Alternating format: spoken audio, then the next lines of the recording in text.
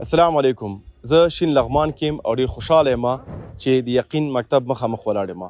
زه غواړم دومره ووایم چې یو ښه مکتب دپاره څه شرایط دي چې هغه باید ولري څو پورې یو مکتب ته موږ وایو چې ښه مکتب دی. اول هغه باید ښه کاري ټیم ولري چې الحمدلله موږ یې لرو. دویم یو ښه کریکولم باید ولري.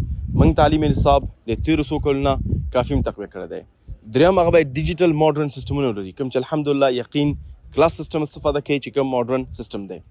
او څلورم هغه باید واقعا یو ښه استادان ولري با تجربه. هغه استادان دي چې لغمان کې ماته درس راکړی دی. او پنځم یو مکتب باید یو ښه ماحول ولري. تاسو کولی شئ وګورئ موږ بل ته ښایسته میدان هم جوړو او شاید تعمیر هم موږ نیولی دی چې ماشومان دپاره یو ښه درسي ماحول وي، یو ښه ځای څو پورې هغوی په ارامه پکې درس ووایي.